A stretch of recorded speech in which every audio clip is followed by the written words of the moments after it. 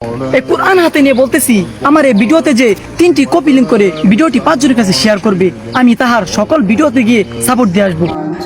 ভাই আমি কোনো রোস্টার না, আমি কোনো রোস্টও করতেছি না, তবে আমি তোমাকে বলতেছি তোমার এই ভিডিওটা দেখে তুমি যে কোরআন হাতে নিয়ে যে ভিডিওটা করছো, বাংলাদেশে মানুষ ভাইরাল হওয়ার জন্য অনেকভাবে চেষ্টা করে, মিছে কথা বলে অনেক কিছু করে, অনেকভাবে ভিডিও করে ভাইরাল হওয়ার জন্য। কেউ খোলামেলা ভিডিও করতেছে, কেউ দেহ দেহায় ভিডিও করতেছে, কেউ নেচে গেয়ে বিভিন্ন কায়দায় বিভিন্ন কথার ছলকে ভিডিও করে ভাইরাল হওয়ার নেশায়। কিন্তু তুমি যে ভাইরাল হওয়ার নেশায় কোরআন হাতে নিয়ে ভিডিওটা করতেছো, এই কাজটাকে তুমি ঠিক করেছো? তুমি একজন হাফেজ হয়ে এরকম একটা ভিডিও কেন করলে?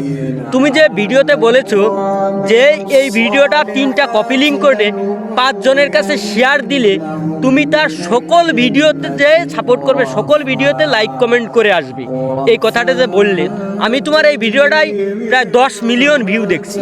আর এই 10 মিলিয়ন ভিউর ভিতর প্রায় 1 মিলিয়ন লোক তো মিনিমাম তোমাকে 5টা শেয়ার এবং 5 জনের কাছে শেয়ার এবং 3টা কপি লিঙ্ক করছে, এমনকি আমিও করছি।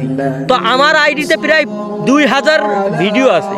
তো এরকম যদি 10 লক্ষ লোকের আইডিতে 1000 2000 করে ভিডিও থাকে, তুমি কি 10 লক্ষ লোকের আইডিতে ঢুকে ভিডিওগুলোই লাইক কমেন্ট করে আসতে পারবে?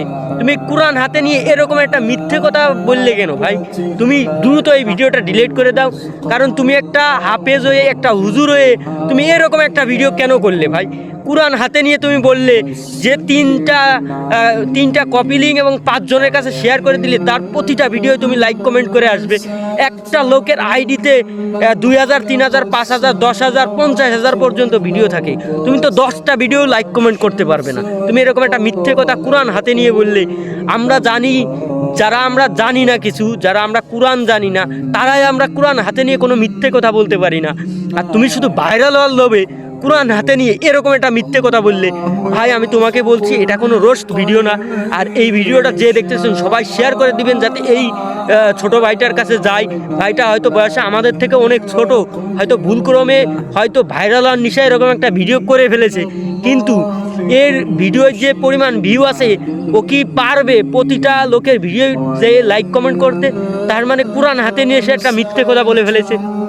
ভাই তুমি আল্লাহর কাছে খুব শীঘ্রই মাপ চাও এবং এই ভিডিওটা ডিলিট করে দাও প্লিজ। ভাই তোমাকে আমি বলছি, ভিডিওটা ডিলিট করে দাও, কারণ আল্লাহর কোরআন, মসজিদ নিয়ে, আল্লাহর কোরআন নিয়ে, আল্লাহকে নিয়ে এরকম কোনো ভিডিও করতে নেই ভাই।